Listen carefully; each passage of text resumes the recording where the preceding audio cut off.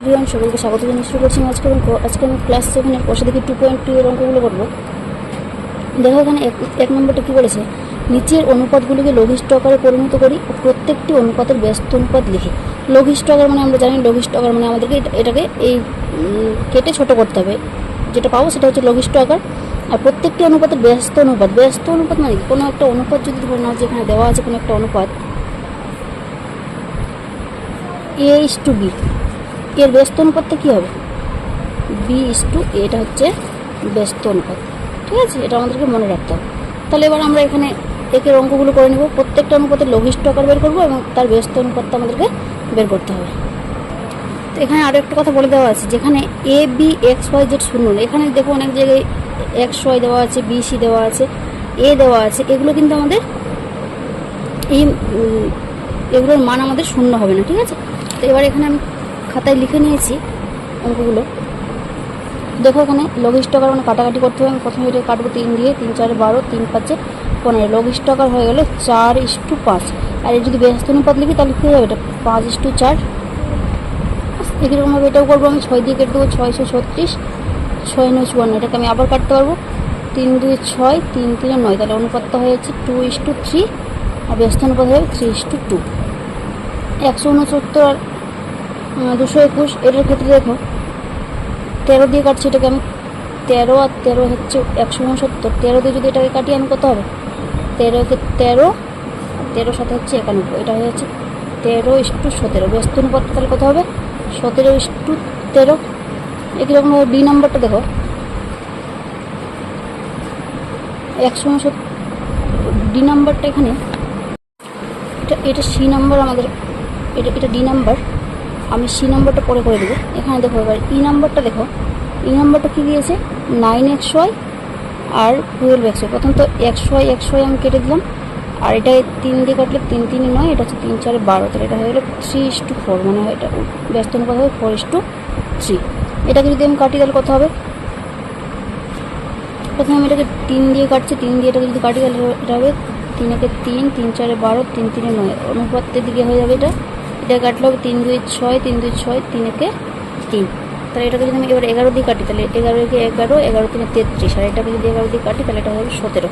তাহলে এটা হয়ে যাচ্ছে আমাদের অনুপাতটা হয়ে যাচ্ছে 13:17, ব্যস্ত অনুপাত করলে হবে 17:13।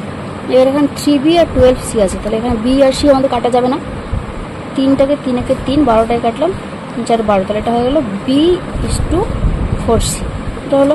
এবার এখানে xyz প্রথমে কাটলাম, তারপরে এখানে 25 একে 25 আর 625কে যদি 25 দিয়ে কাটি এটা 25ই হবে, তাহলে 1:25 হচ্ছে, তাহলে এটা হয়ে গেলো 25, ব্যস্ত অনুপাতটা হবে 25:1। আর এটার ব্যস্ত অনুপাত হবে 4c:b। এবার সি নাম্বারটা আমাদের ছাড়া পড়ে গেছিলো, সি নাম্বারটা দেখো এখানে কাটছি, এবারে 5 15 75, 5 দিয়ে এটাকে কাটলে হয়ে যাবে 5 3 15, 5 2 10, 5 4 20। আবার 3 দিয়ে যদি এটাকে কাটি 3 5 15, 3 8 24, তাহলে এটা হয়ে গেলো 5:8, মানে ব্যস্ত অনুপাতটা হয়ে যাবে 8:5 হয়ে গেলো আমাদের। এবার 2-এরগুলো কী বলেছে, নিচের অনুপাতগুলিকে পূর্ণ সংখ্যার অনুপাতে পরিণত করি ও তার ব্যস্ত অনুপাত লিখি। দেখো 2-এর এ নাম্বার আমি এখানে টুকে নিয়েছি। প্রথমত আমি এটাকে দশমিক উঠিয়ে দিব, এখানে 10 হয়ে যাবে, এখানে দশমিক উঠালে হয়ে যাবে 100। তাহলে এখানে দেখো একটা শূন্য কেটে গেল, আমি 10 দিয়ে এটাকে গুণ করে দেবো, তাহলে এটা হয়ে যাবে 250, অনুপাত হয়ে যাচ্ছে 125। এবার আমি এটাকে কাটাকাটি করে নিচ্ছি, 25 দিয়ে আমি একবার কাটছি, 25 10-এ হবে 150, 25 5-এ হচ্ছে 125, তাহলে আবার 5 দিয়ে কাটবো, এটা 5 2 10, 5 একে 5, তাহলে এটা হয়ে গেল 2:1, 2:1 হলো। এবার এটারও ব্যস্ত অনুপাত বের করতে পেরেছি, তাহলে এর ব্যস্ত অনুপাতটা আমাদের কত হয়ে যাবে 1:2 হয়ে যাবে। বি নাম্বারটা দেখো একই রকমভাবে বি নাম্বারটা, এখানে দেখো আমি প্রথমে হরে কাটাকাটি করে দিচ্ছি, 8 দিয়ে 16 কেটে দিলাম, 2 হয়ে গেল। এবার 2 দিয়ে আমি এটাকে গুণ করে দিলে হয়ে যাবে 10:7, কারণ ব্যস্ত অনুপাতটা হয়ে যাবে 7:10। ঠিক আছে, এবার সি নাম্বারটা আমি এখানে টুকে নিচ্ছি, দেখো একই রকমভাবে আমি দশমিক উঠাচ্ছি, এখানে 10, এখানে দশমিক উঠালে হয়ে যাবে 100। ঠিক আছে, একটা শূন্য কেটে গেল, এদিকে 10 থাকছে, এদিকে 7 থাকছে, কোনাকোনি গুণ করে দেবো, 7 10 হয়ে গেল 70, আর এদিকে হয়ে গেল 49। 7 দিয়ে আমি কাটবো আবার, 7 10-এ 70, 7 7-এ 49, তাহলে এটা হয়ে যাচ্ছে 10:7। ব্যস্ত অনুপাতটা হয়ে যাবে 7:10। ডি নাম্বারটা দেখো, মানে এখন গুণ করে দেবো 4 2 8 আর 5 3 হয়ে যাচ্ছে 15। তাহলে এটা ব্যস্ত অনুপাত হয়ে যাবে 15:8। এটা যদি কাটাকাটি করা যাবে না, ওই জন্য আমি এটা লিখে নিলাম। এই নাম্বারটা এখানে দেখো পূর্ণ ভগ্নাংশ আছে, তাহলে এটা হয়ে যাচ্ছে 22 অনুপাত। এটা ভাঙিয়ে দিলে হবে 7 4 28, 28 5 হয়ে যাচ্ছে 28 আর 5 গুণ করে দেখতে হবে। 8 5 40 শূন্য হাতে থাকলে 4, 5 2 10 আর 4 14, 140 বাই হয়ে যাচ্ছে 7। তাহলে আমি 7 দিয়ে এটাকে কোনাকুনি গুণ করে দিচ্ছি। 7 2 14, 4 হাতে থাকলে 7 2 14 কে 15, 154 ইস্টু হয়ে যাচ্ছে 140। তাহলে এবার আমি কাটাকাটি করে দেবো এটাকে। 2 দিয়ে যদি এটাকে কাটি তাহলে 2 7 14, 2 7 14, আর এটা 2 দিয়ে কাটলে হবে 70। 7 দিয়ে কাটবো 7 11 77, 7 10 70। তাহলে এটা হয়ে গেল 11:10। তো এটাকে যদি ব্যস্ত অনুপাত লিখি আমি, তাহলে এটা হয়ে যাবে 10:11। এটা হয়ে গেলো। এবার D number, F number. F নাম্বারটা দেখো এখানে হরে আগে কাটাকাটি করছি। 5 3 15, 5 4 20। কোনাকুনি গুণ করে দেবো। 7 4 হয়ে যাচ্ছে 28, আর 3 আর 3 গুণ করে হয়ে যাচ্ছে 9। এটা কাটাকাটি যাবে না, ব্যস্ত অনুপাত আমি লিখে দিচ্ছি এখানে 9:2 হয়ে যাচ্ছে 28। জি নাম্বারটা কীরকমভাবে দেখো, এটা ভাঙার কথা হবে 5 থেকে 5 আর 2 যোগ করে হচ্ছে 7/5 অনুপাত হয়ে যাচ্ছে 7/10। এখানে 5 2 10, এটা কোনাকুনি গুণ করে দেবো। 7 2 14 অনুপাত হচ্ছে 7। 7 দিয়ে কাটবো, এটা 7 2 14, 7 থেকে 7। তাহলে এটা হয়ে গেল 2:1, আর ব্যস্ত অনুপাতটা হয়ে যাবে 1:2। এবার দেখো এইচ নাম্বারটা। এইচ নাম্বার এখানে আমি দশমিক উঠালে নিচে 10 আসবে, এখানে দশমিক উঠালে নিচে 100 আসবে। তো এখানে 0 0 আমি কেটে দেবো। এটা 40 আর 10 গুণ করে হয়ে যাবে 440, অনুপাত হচ্ছে 561। দেখো এখানে আমি 11 দিয়ে কাটছি। এখানে 11 দিয়ে এটা কাটলে 11 4 44 আর 0, এটা যদি 11 দিয়ে কাটি 11 5 55 আর 1, তাহলে এটা হয়ে যাচ্ছে 40:51। এটা আর কাটাকাটি যাবে না, এটা ব্যস্ত অনুপাত হয়ে যাবে 51:40। হয়ে গেল আমাদের 2 এর অঙ্কগুলো। এবার 3 এর অঙ্কটা দেখো। 3 এর অঙ্কগুলো কী বলেছে, নিচের অনুপাতগুলির মিশ্র অনুপাত নির্ণয় করি এবং মিশ্র অনুপাতটি গুরু অনুপাত, লঘু অনুপাত না সাম্যানুপাত লিখি। এই যেখানে অনুপাতগুলো দেওয়া আছে, আমরা আগেও শিখেছি মিশ্র অনুপাত কীভাবে বের করে। আজকেও মিশ্র অনুপাত করবো, এবং সেটা মিশ্র অনুপাতটা গুরু অনুপাত হবে না লঘু অনুপাত না সাম্যানুপাত, আমাদেরকে সেটা লিখে দিতে হবে। ঠিক আছে, দেখো এখানে 3 এরগুলো মিশ্র অনুপাত আমি বের করে নেব। মিশ্র অনুপাত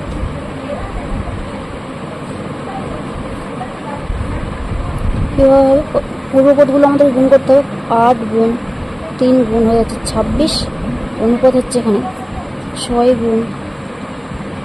গুণ 13। তাহলে আমাকে এটা গুণ করে দেখতে হবে। ঠিক আছে, 8 13 আর 26 গুণ করতে হবে। তাহলে এটা গুণ করে হচ্ছে আমাদের 624, আর 6 6 আর 13 গুণ করে হবে আমাদের 468। ঠিক আছে, এবার এটাকে আমি কাটাকাটি করে নেব। তো এটাকে দেখো প্রথমে আমি 6 দিয়ে কাটছি। 6 একে 6 আর 6 4 24। এটাকে যদি 6 দিয়ে কাটি তাহলে কত হবে, 6 7 42, আর 46 থেকে 42 বাদ দিলে হয়ে যাবে 4 48। তাহলে 6 8 হয়ে যাচ্ছে 48। তারপর আমি এটাকে আবার কাটবো।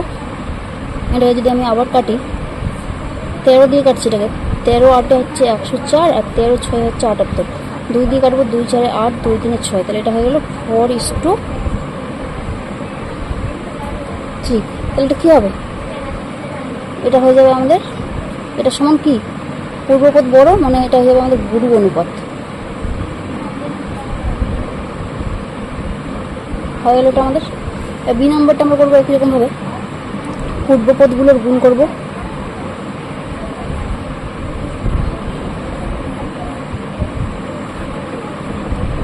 অনুপাত ইকুয়াল টু 7/5 গুণ হচ্ছে 5/7 গুণ হচ্ছে 3, অনুপাত হচ্ছে 3 গুণিত, এটাকে যদি আমি ভাঙিয়ে দিই তাহলে কত হবে, 16 একে 16 আর একে 17, এটা হচ্ছে 17/16 গুণ হচ্ছে 16। তাহলে এখান থেকে 16 16 আমাদের কেটে যাচ্ছে, এখানে 5 5 কেটে যাচ্ছে, 7 7 কেটে যাচ্ছে। তাহলে এখানে থাকছে আমাদের 3 অনুপাত 17 3 হয়ে যাচ্ছে 51। এটা আবার আমি কেটে দেবো, 3 একে 3 3 17 51। তাহলে এটা হয়ে যাচ্ছে আমাদের 1:17। ব্যাস, এটা তাহলে কী অনুপাত হবে, গুরু অনুপাত। যদি পূর্বপদটা ছোট, গুরু অনুপাত হয়ে যাচ্ছে। এটা হয়ে গেলো এটা আমাদের। এখানে দেখো 3 সি আর ডি একই রকমভাবে হবে, এ আর বি যেভাবে করে দিলাম আমি, একই রকমভাবে সি আর ডি হবে। তোমরা নিজেরা এটা চেষ্টা করবে, না পারলে আমাকে কমেন্টে জানাবে, আমি তারপরে অঙ্কগুলো করে দেবো। ঠিক আছে, এবার দেখো 4 এরটা। 4 নম্বর অঙ্ক কি বলেছে, রীতা 100টি অঙ্কের মধ্যে 60টি সঠিক করেছে, বিনয় ওই অঙ্কের 80টির মধ্যে 50টি সঠিক করেছে, অনুপাতে প্রকাশ করে দেখি কে বেশি অঙ্ক ঠিক করেছে। তাহলে এখানে আমি বুঝতে পারছি না যে কে বেশি করেছে কে কম করেছে। তাহলে প্রথমে আমাকে মানে ভগ্নাংশের আকারে বের করে নিতে হবে রীতা কতটা করেছে আর বিনয় কতটা করেছে। ঠিক আছে, তাহলে প্রথমে আমি এখানে লিখে নেব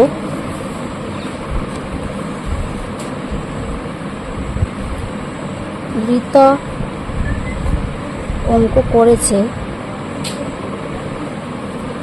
কতটা হবে, কতটা করেছে 60টা অঙ্ক করেছে 100টার মধ্যে, মানে হচ্ছে 60/100। এখানে 0 0 কেটে গেল, 2 3 6 2 5 10, তাহলে 3/5 অংশ রীতা করেছে অঙ্ক। ঠিক আছে, এটা ভগ্নাংশ যেহেতু বার করলাম ওই জন্য অংশ দিয়ে দিলাম। এবং বিনয় অঙ্ক করেছে কতটা হবে, 80টির মধ্যে 50টি সঠিক করেছে। ঠিক আছে, তাহলে এখানে হয়ে যাচ্ছে 50/80, এখানে 0 0 কেটে গেল, এটা হয়েছে 5/8 অংশ। তাহলে এবার এদের অনুপাতটা আমি বের করবো। ঠিক আছে, তাহলে অতএব রীতার অঙ্ক অনুপাত হচ্ছে বিনয়ের অঙ্ক।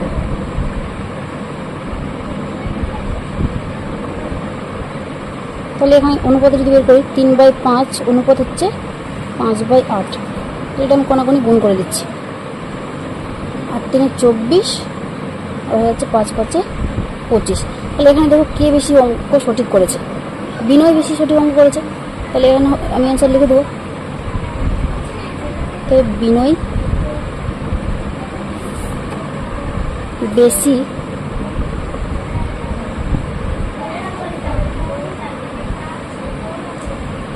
অঙ্ক ঠিক করেছে। হলো এটা আমাদের। এবার 5 নম্বর অঙ্কটা দেখো কি বলেছে, এবছরের মাধ্যমিক পরীক্ষায় আমাদের বিদ্যালয়ে 150 জন পরীক্ষার্থীর মধ্যে 100 জন গ্রেড এ পেয়ে উত্তীর্ণ হয়েছে। পাশের বিদ্যালয়ে 100 জন পরীক্ষার্থীর মধ্যে 80 জন গ্রেড এ পেয়ে উত্তীর্ণ হয়েছে। আমাদের বিদ্যালয়ে 150 জনের মধ্যে 100 জন গ্রেড এ পেয়েছে, পাশের বিদ্যালয়ে 100 জনের মধ্যে 80 জন গ্রেড এ পেয়েছে। তাহলে এখানে বলেছে এবছর মাধ্যমিকে কোন বিদ্যালয়ে গ্রেড এ পেয়ে ভালো ফল করেছে তা অনুপাতে প্রকাশ করে বের করি। তাহলে এখানে দেখো আমি লিখে নেব আমাদের বিদ্যালয়ে গ্রেড এ পেয়েছে কতজন, আগে সেটা বের করো। 5 নম্বর দিয়ে আমি এখন করে নিচ্ছি।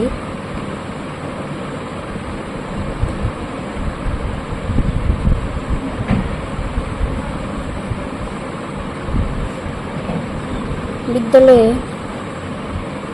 গ্রেড এ পেয়েছে টোটাল কতজন আছে, টোটাল হচ্ছে 150 জন, তার মধ্যে 100 জন পেয়েছে গ্রেড এ, 100/150 এতজন পেয়েছে গ্রেড এ। এখানে কাটাকাটি করে নিচ্ছে, 0 0 কেটে গেল, 5 2 10 5 3 15, এখানে হচ্ছে 2/3 এতজন বা এত অংশ লিখতে পারো তোমরা, এটা এত অংশ, আর 3 ভাগের মধ্যে 2 ভাগ আমাদের পেয়ে গেছে গ্রেড এ। এবং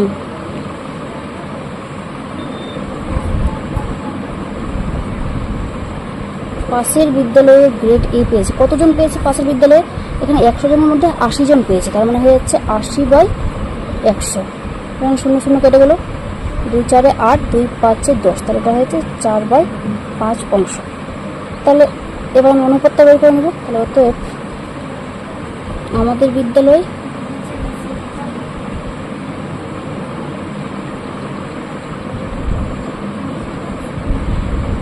অনুপাত দিয়ে দিচ্ছি পাশের বিদ্যালয়।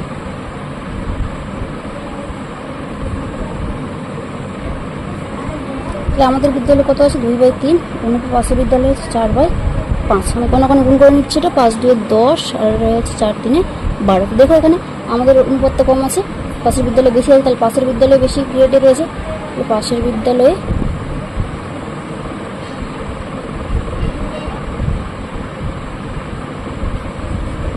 বেশি পেয়েছে। লিখল না এটা অ্যান্সার। এবার দেখো 6 নম্বর অঙ্কটা দেখো, দুটি বাড়ির দামের অনুপাত 4:3 এবং দ্বিতীয়টির দাম হচ্ছে 4,20,000 টাকা। প্রথম বাড়িটির দাম কত হিসাব করি। তাহলে আমাদের এখানে অনুপাত দেওয়া আছে, দ্বিতীয় বাড়িটির দাম দেওয়া আছে, তাহলে আমি প্রথম বাড়িটির দাম অবশ্যই পেয়ে যাবো। এখানে এবার বলেছে প্রথম বাড়িটির দাম যদি 70,000 টাকা বেশি হতো তবে তাদের দামের অনুপাত কত দেখি। তাহলে এখানে আমি লিখে নিচ্ছি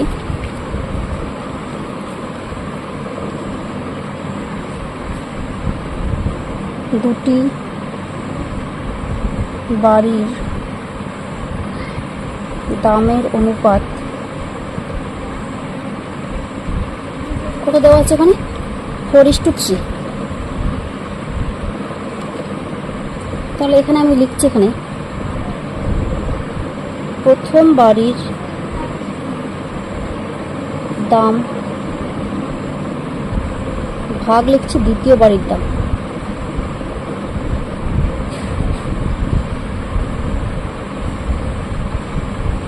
ইকুয়াল টু দিলাম, এটাকে আমি ভগ্নাংশের আকারে লিখে দিচ্ছি 4/3। এবার দেখো এখানে আমি কিন্তু এখানে দ্বিতীয় বাড়ির দামটা জানি 4,20,000 টাকা। তো আমি এখানে কিন্তু দ্বিতীয় বাড়ির জায়গায় লিখে দিচ্ছি 4,20,000, আমি কিন্তু এখানে লিখে দিলাম। তো এখানে দেখো তিনের সঙ্গে কত গুণ করলে এটা আমার আসে? 14,000 গুণ করলে, তিনের সঙ্গে আমার 1,40,000 গুণ করলে তবে কিন্তু আমার এটা আসবে। তার মানে আমার 4-এর সঙ্গে আমাকে 1,40,000 আমাকে গুণ করতে হবে। 3-এর সঙ্গে 1,40,000 গুণ করলে 4,20,000 আসে। তাহলে আমাকে উপরে অনুপাতের নিয়ম হচ্ছে এটা, বা ভগ্নাংশের নিয়ম হচ্ছে এটা, আমরা উপরে যা গুণ করবো নিচেও তাই গুণ করতে হবে, আর নিচে যা গুণ করবো আমাদের উপরেও তাই গুণ করতে হবে। এখানে দেখুন 3-এর সঙ্গে 1,40,000 গুণ করলাম আমাদের এই 42,000 আসছে। তার মানে আমাকে 4-এর সঙ্গে 1,40,000 টাকা আমাকে গুণ করলে প্রথম বাড়ির দামটা পেয়ে যাবো। এটা গুণ করে হয়ে যাবে আমাদের 5,60,000 হয়ে যাচ্ছে। এর নিচে হয়ে গেল 42, 4,20,000 হয়ে গেল। তাহলে প্রথম বাড়ির দামটা আমি এখানে পেয়ে যাচ্ছি। তাহলে ওকে, প্রথম বাড়ির দাম হয়ে গেল 5,60,000 টাকা। একটা অ্যান্সার আমি এখানে পেয়ে গেলাম। এবার আমার আরও অ্যান্সার চেয়েছি কি, যে প্রথম বাড়িটির দাম যদি 70,000 টাকা বেশি হতো তবে তাদের দামের অনুপাত কত হতো। তাহলে এখানে আমি লিখে নিচ্ছি, যদি প্রথম বাড়ির দাম 70,000 বেশি হতো তাহলে দাম হবে 5,60,000-এর সঙ্গে আমি 70,000 আমি যোগ করে দিচ্ছি, এত টাকা হতো। তাহলে এখানে আমি যোগ করে দিলাম। তাহলে এটা হয়ে যাবে আমাদের 7,30,000 হয়ে যাবে। এত টাকা যোগ করে আমাদের এটা হবে।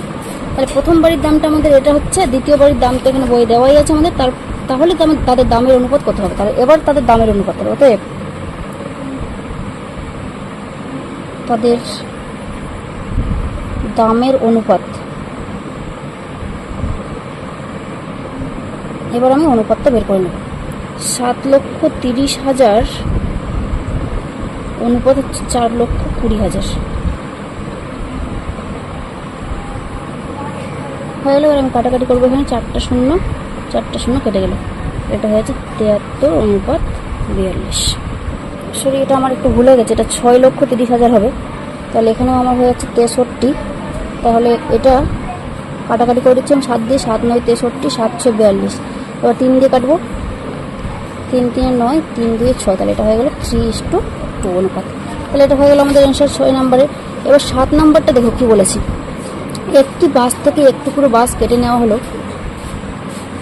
এবং দেখা গেল দুটি অংশে বাসের দৈর্ঘ্যের অনুপাত হচ্ছে 3:1। নিচের সারণী থেকে টুকরো দুটির দৈর্ঘ্য কী কী হতে পারে এবং বাসটির দৈর্ঘ্য কী হতে পারে লিখি। এখানে বাসটির দৈর্ঘ্য আমাদের দেওয়া নেই, ঠিক আছে। তো এখানে দেখো প্রথম বাসের আমার দৈর্ঘ্য এই অনুপাত দেওয়া আছে এখানে আমার। এবার প্রথম টুকরো দৈর্ঘ্য দেওয়া আছে 30 ডেসিমিটার। তাহলে দ্বিতীয় টুকরো দৈর্ঘ্যটা কত হবে? 10 হবে। এখানে মানে এরকমভাবে করতে হবে। আমি এখানে করে দিচ্ছি অঙ্কটা। 7 নম্বর, প্রথম টুকরোর দৈর্ঘ্য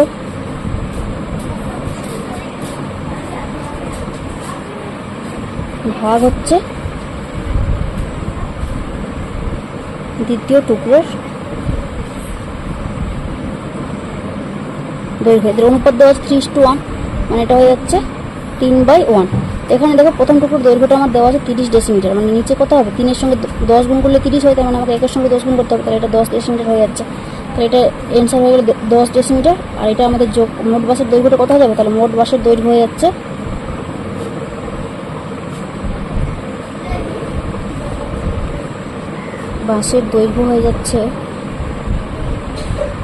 কত হয়ে যাবে 30 যোগ 10 হয়ে গেল 40 ডেসিমিটার। তাহলে আশা করি তোমরা পরেরটা করতে পারবে। পরেরটা অনুপাত দেওয়া আছে 3:1। প্রথম টুকরোর দৈর্ঘ্যটা আমাকে বের করতে হবে, দ্বিতীয় টুকরোর দৈর্ঘ্য দেওয়া আছে, মানে এটা হয়ে যাবে প্রথম টুকরোর দৈর্ঘ্য বাই হচ্ছে দ্বিতীয় টুকরোর দৈর্ঘ্য, মানে এখানে হয়ে যাবে 3/1, কিন্তু এখানে হয়ে যাচ্ছে নিচে আমাদের 15 থাকবে, উপরে আমাদেরকে বের করতে হবে, মানে উপরেরটা হয়ে যাবে 45, তার মানে আমাদের এখানে হবে 45, তাহলে এটা হয়ে যাবে আমাদের 60। বুঝতে পেরেছি আশা করি তোমরা সবাই।